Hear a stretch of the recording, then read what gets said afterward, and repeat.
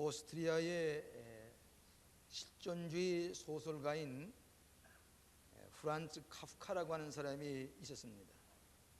그분은 매우 난해한 그런 소설을 쓰고 있는데 왜 하나님이 침묵만 지키시느냐, 그 문제를 해답을 얻기 위해서 쓴 글들이 많이 있습니다. 그 중에 하나가 1926년에 쓴 소위 성이라고 하는 그런 작품입니다. 이 작품의 내용을 가만히 보면은 K라고 하는 어떤 측량기사가 한 성에 초빙을 받아서 가게 되는 것입니다. 눈이 많이 오는 날 밤에 그 성을 향해 가는 것입니다. 그 성에 들어가기 전에 그 옆에는 조그만 마을에 머물러서 그 성에 들어가려고 애를 쓰지만은 그 노력이 다 좌절이 됩니다. 나중에는 그 마을의 국민학교 급사로 취직을 하게 되었습니다. 이 성에 들어가려고 애를 쓰는데 이 성은 매우 혼돈에 빠져 있는 도성이 되었습니다.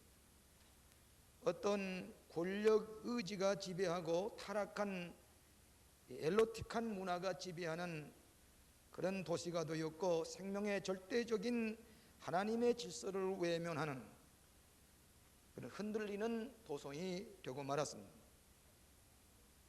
이 측량기사 K는 참다운 자신을 잃어버리고 있는 도성 안에 사는 사람들에게 자기가 누구냐라고 하는 것을 알려주기 위해서 계획을 세우다가 나중에 새 옷을 갈아입고 이 도성에 들어간다고 하는 그런 소설의 내용입니다.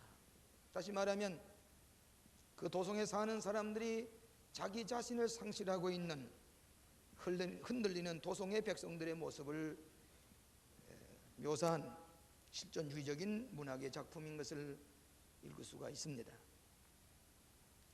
원래 하나님은 인간에게 이 땅의 문화와 문명을 다스리도록 소위 문화명령을 우리에게 허락해 주셨습니다. 그러나 이 땅을 잘 다스리고 자연을 잘 다스리고 생물을 잘 다스리지 못한 까닭에 이 대지가 흔들리고 자연이 오염이 되고 우리 인간들이 자연으로부터 저주를 받는 그런 인생이 되는 것을 우리가 잘 알고 있습니다. 여러분, 지상에 낙원을 건설하겠다고 약속을 한 공산주의 국가가 지금은 흔들리기를 시작하고 있습니다. 공산제국의 제왕처럼 군림했던 레닌도 그 동상이 파괴되고 그의 사진도 벽에서 떨어져서 저 창고 구석위에 쌓아놓기 시작을 했습니다. 그래서 레닌그라드라고 하는 그 도시 이름도 이제는 레닌그라드라는 이름을 떼고 옛날 이름 피터스그라드라고 하는 말로 도시 이름을 바꿔야 되겠다고 합니다. 모스크바 사람들은 자기가 쓰는 루블화를 끄집어내서 물건을 살 것 같으면 그 루블화를 좀 찢어버리세요. 아무 소용이 없는 겁니다. 자기 국가의 화폐를 찢어버리도록 자기 국민들이 불신하는 사회에 기초가 흔들리는 나라들이 됐습니다. 부시 대통령도 걸프 전쟁이 끝나서 영웅적인 그런 귀국을 하는 장병들을 환영하고 있으면서도 한편 그는 텔레비전에 방송하기를 갱과의 전쟁은 아직도 끝이질 않았고 폭행과 마약과의 전쟁이 계속되고 있는데 이 전쟁의 희생자는 골프 전쟁에 희생한 군인보다도 몇 배 많은 희생자를 매내고 있는 이 전쟁을 어떻게 승리할 것인가? 국내 죄과의 전쟁이 끝나지 않았고 그 나라의 기초가 흔들리고 있는 것을 말하고 있습니다. 국가마다 요동되고 있고 자연과 대지가 흔들리고 있습니다. 풀뿌리 민주주의, 소위 그래스루트 민주주의를 우리가 하기 위해서 기자재 선거를 하고 있습니다마는 국민들은 매우 냉담한 표정을 보이고 있습니다. 정치인들의 선동에 쉽게 흔들리지 아니하는 백성들입니다. 땅이 변하고 산이 흔들리고 바닷물이 흉흉할지라도 환란이 일어난다고 할지라도 요동치 아니하는 피난처가 있으니 하나님의 도성 안에 거하는 자는 야곱의 하나님께서 우리를 도우시리니 우리가 두려워하지 아니하리로다. 흔들리지 아니하는 도성에 거하는 백성들의 모습을 시편 46편에 노래하고 있습니다. 이 시편 46편은 원래 시편 23편 다음으로 많이 읽혀지는 시입니다. 예루살렘의 성전에 예배하기 올라가서 불렀던 유명한 이스라엘 백성의 예배의 찬송이 시편 46편입니다. 마틴 루터는 이 시편 읽다가 작곡한 유명한 찬송이 내 주는 강한 성이여, 이 찬송을 작곡 작사했습니다. 이것을 칼 라일이라는 사람이 번역을 해서 영어로 번역을 했고 183개국에서 이 유명한 찬송을 번역해서 부른 까닭은 그 찬송이 시편 46편에 여호와의 나의 피난처가 되시는 것을 노래하는 우리의 큰 용기와 소망을 주는 노래이기 때문인 줄 압니다. 이 장로교를 창시한 요한 칼빈이 제일 처음으로 시편에서 불란서어로 번역한 성경 말씀이 바로 시편 46편이라고 말씀을 하고 있습니다. 여기에 환난 중에 우리에게 도움이 되시는 이 아름다운 도성은 그 당시에 예루살렘 성전을 말했을 것이고, 오늘날은 우리가 몸담고 있는 이 교회, 세계가 다 흔든다고 할지라도, 산이 흔들리고 땅이 흔들린다고 할지라도 하나님의 도성은 흔들리지 아니하고 그 성에 거하는 자가 은혜와 복이 될 것이라고 하는 이 본문의 말씀, 오늘 이 아침에 네 가지로 나누어서 함께 생각하면서 은혜를 받고자 합니다. 첫째로는 환난 중에 보존하시는 하나님의 도성이라고 하는 것입니다. 하나님의 도성 안에는 환난이 없는 것이 아니라 환난 중에 우리에게 만날 큰 도움이 되시고 환난 중에 우리의 피난처가 되신다고 그랬습니다. 여러분, 성숙한 그리스도인은 환난을 도피해 살아가는 게 아니라 환난 속에서 하나님의 영육간의 보존을 체험하면서 그리고 감사하며 살아가는 것이 그리스도인의 삶입니다. 하나님의 도성에도 전쟁이 일어납니다. 질병이 있습니다. 지진이 일어납니다. 자연의 재해가 닥친다마는 그 속에서 하나님께서 우리를 보호하시는 체험을 하면서 하나님의 도성 안에 사는 그런 백성들의 즐거움과 기쁨을 이 시편은 노래하고 있습니다. 여러분, 갈릴리 호숫가에서 예수님이 배를 타고 지나갔을 때에 배 분명히 예수님 타고 계심에도 불구하고 풍랑이 일어났습니다. 제자들이 죽게 됐습니다. 예수는 배 타고 계심에도 불구하고 환난이 일어났습니다. 풍랑이 일어났습니다. 그 속에서 신앙의 위대한 힘을 그 제자들에게 교훈하시고 있습니다.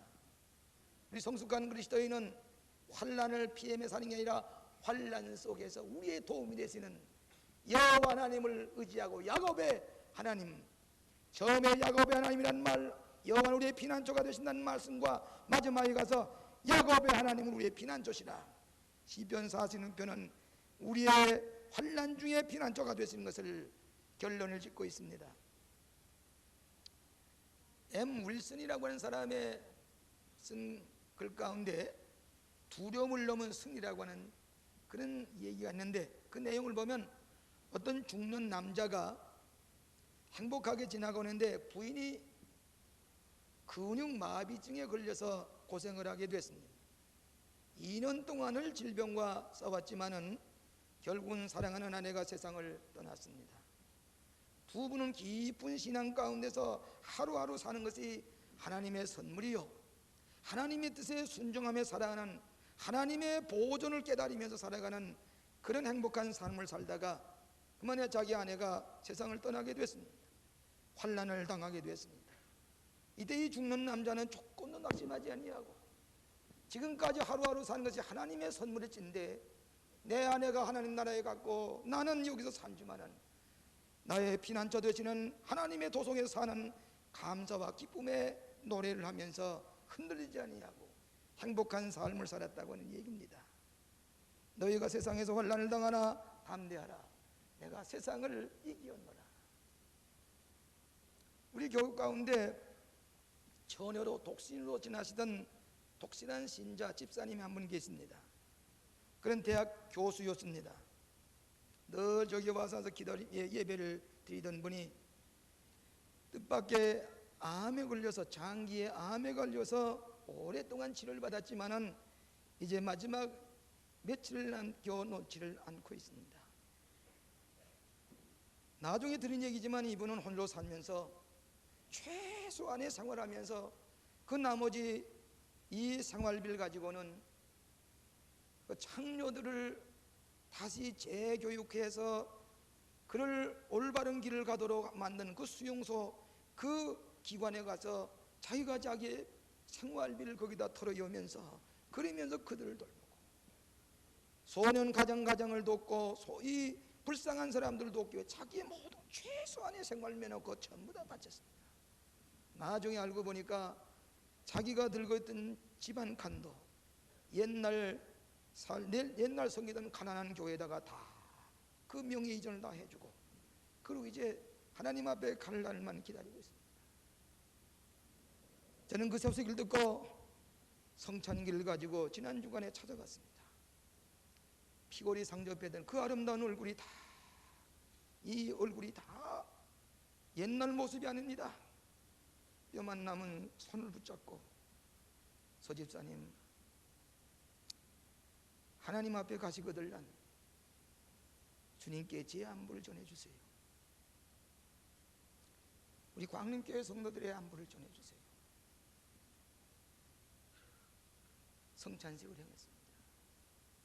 포도주도 마실 수가 없어서 튜브를 꽂아놓고 그 성찬의 포도주를 마셨습니다. 목사님, 저는 기쁩니다. 하루하루 산 것이 하나님의 은혜요.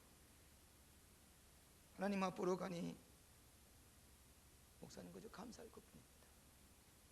아무런 미련이 없이 하나님의 도성 가운데 살고 하나님께서 영육간에 보존해 주신 하나님께 감사한 마음으로 가면서, 목사님 제가 죄송한 일이 하나 있습니다. 이게 무슨 얘기입니까?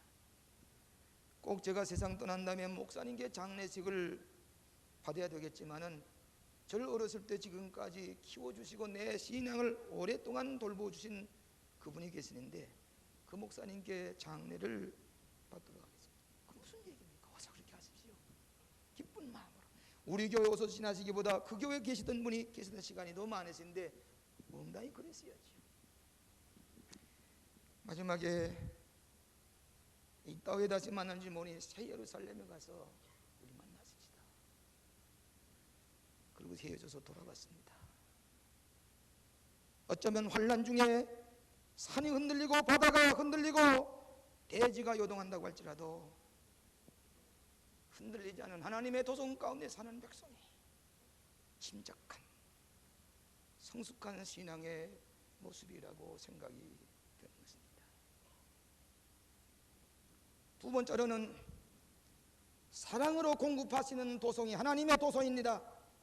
하나님의 사랑이 지배하는 도성이 환난 중에도 흔들리지 않은 도성입니다.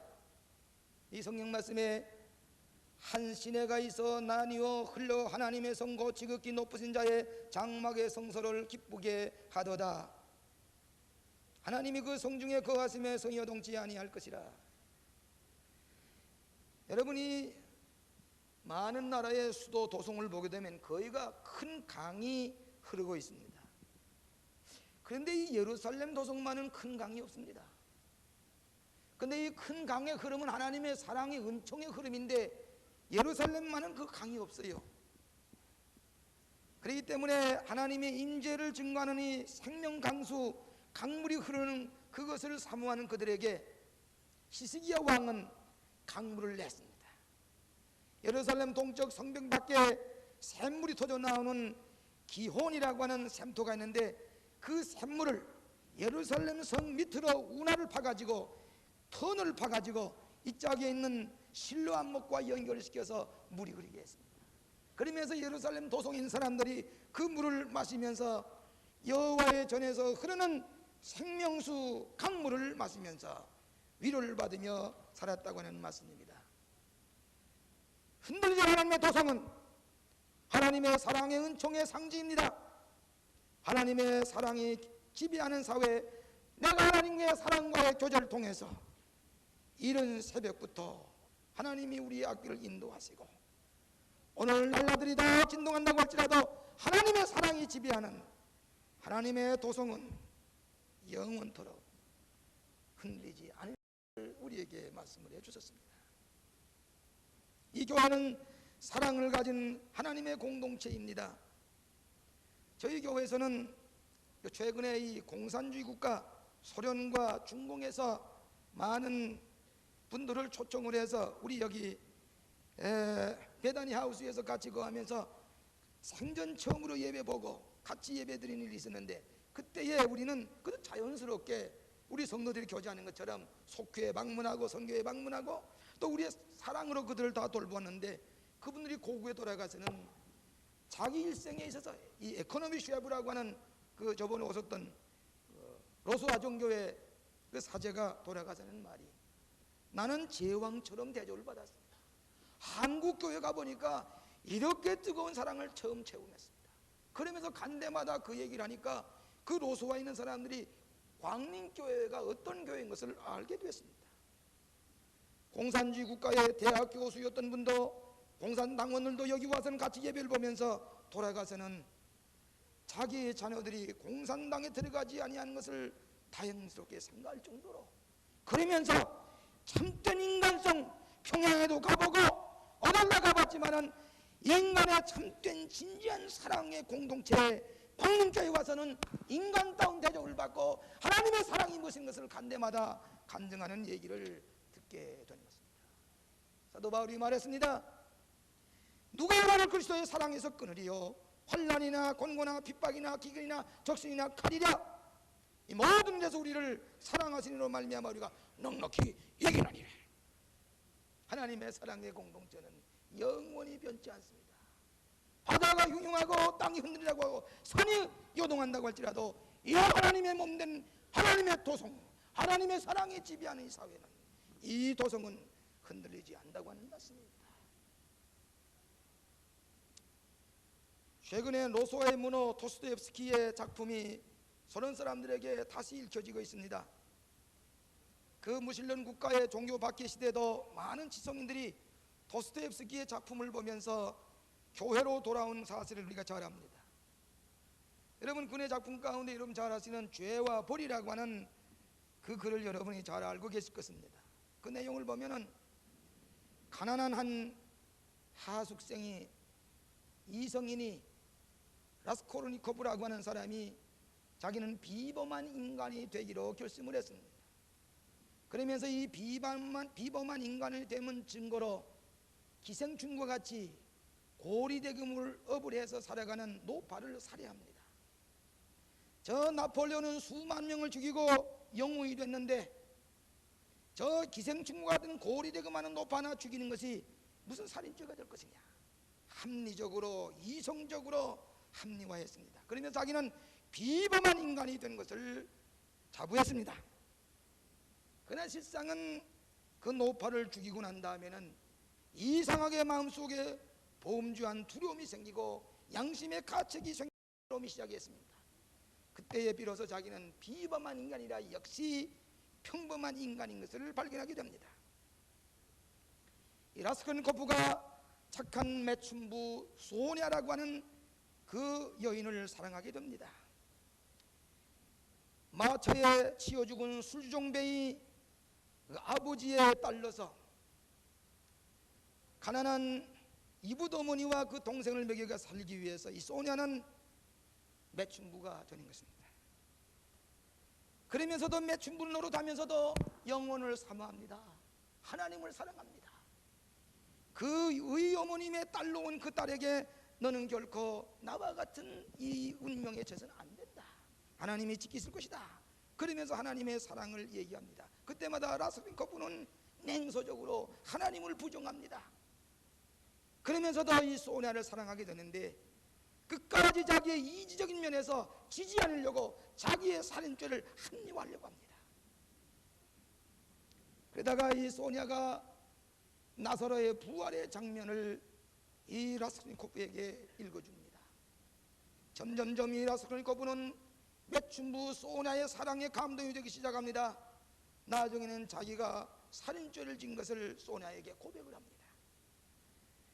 그때 이 소냐는 말하기를, 지금 저 내거리에 나가서 대지에 입을 맞추고 내가 살인죄를 지었다고 하는 고백하시오.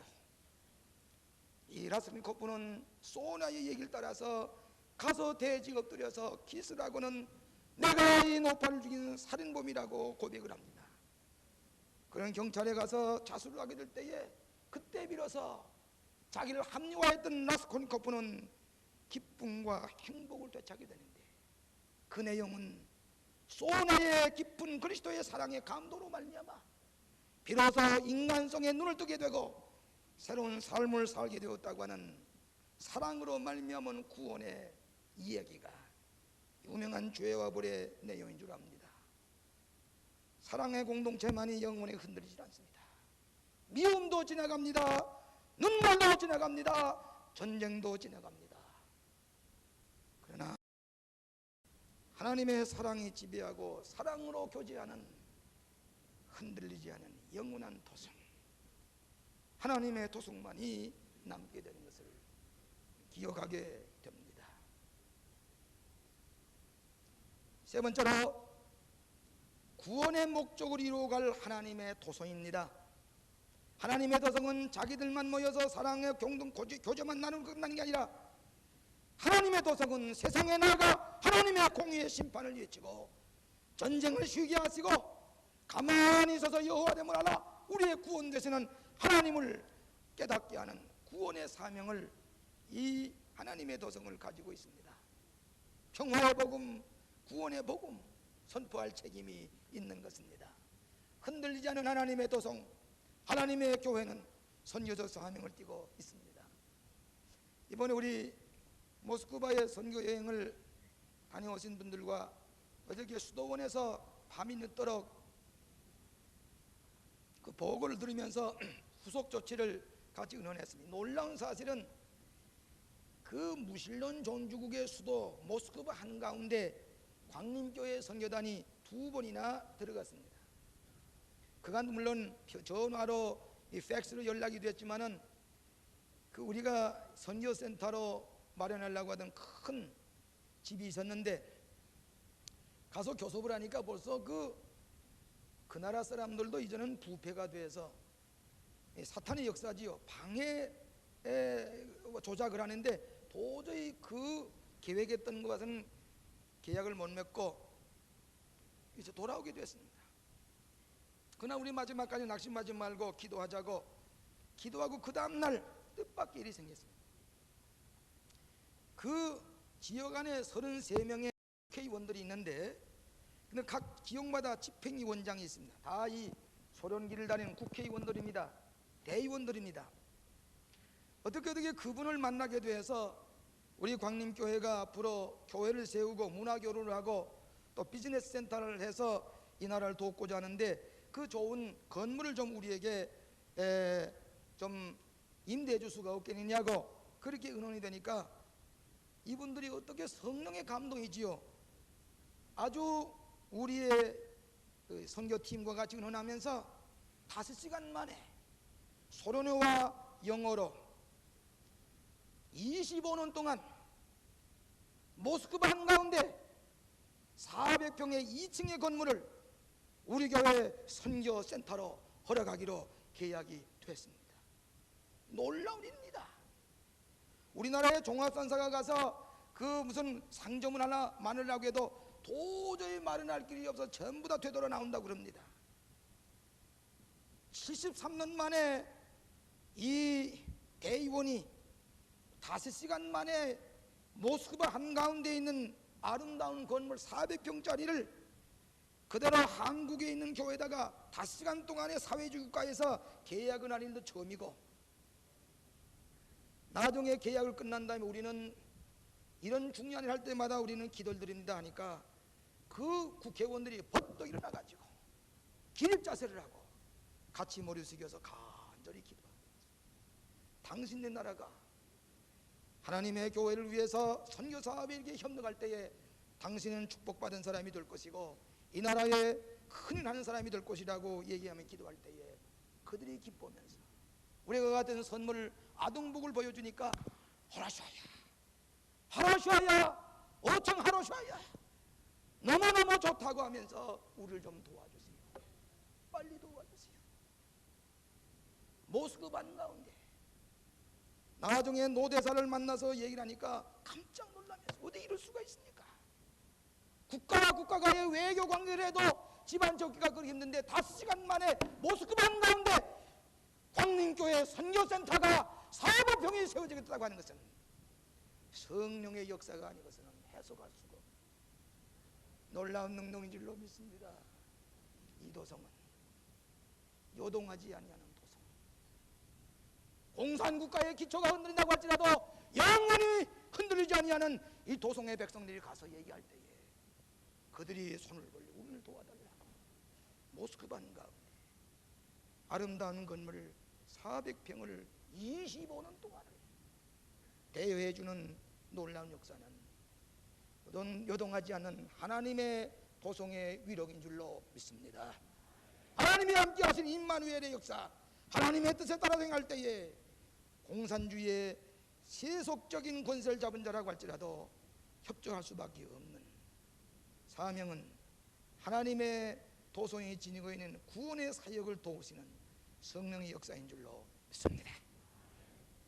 마지막으로 최후의 승리를 얻게 하시는 하나님의 도성입니다. 이르시기를 너희는 가만히 있어 내가 하나님됨을 알지어다. 내가 열방과 세계 중에서 높임을 받으리라 하시도다. 만군의 여호와께서 우리와 함께 하시니 야곱의 하나님은 우리의 피난처시로다. 열방과 세계가 너희를 높여으리라. 하나님을 높이시고 하나님의 도성이 높임을 당하리라 승리하겠다는 말씀입니다. 여러분, 얼마 후에 예수님께서 십자가에 돌아가시는 고난주간을 맞이할 때에 죄 없으신 예수님이 미움과 증오와 또 거짓과 불의가 예수님 십자가에 못 박혀 돌아갔을 때에 그 진리가 끝난 줄 알았지만은 일시적으로 그 눈물과 슬픔과 아픔은 잠깐이요 진리의 최후 승리를 부활로 증거한 이 사실, 이것이 오늘날 하나님의 도성이 가지는 승리의 부활의 역사입니다. 그 십자가는 오늘날까지 영원히 살아있는 이 증거, 승리의 증거를 가지고 있습니다. 여러분, 어거스틴의 유명한 책 가운데, 글 가운데 시티 오브 가드라고 하는 하나님의 도성이라는 글이 있습니다. 그것은 로마 제국이 영원히 멸망치 않을 줄 알았습니다. 그러나 한 번은 북쪽에서 내려오는 그 당시에 게르만 족속이 로마를 점령해서 그 로마를 전부 다 폐허로 만들었을 때에 이 어거스틴은 아무리 훌륭한 세상 나라라고 할지라도 흥하고 망하고 쉬하지만은 시티 오브 갓, 하나님의 도성만은, 하나님의 교회만은 영원히 쉬하지 않는다고 하는 증거로 하나님의 도성이라는 유명한 글을 썼습니다.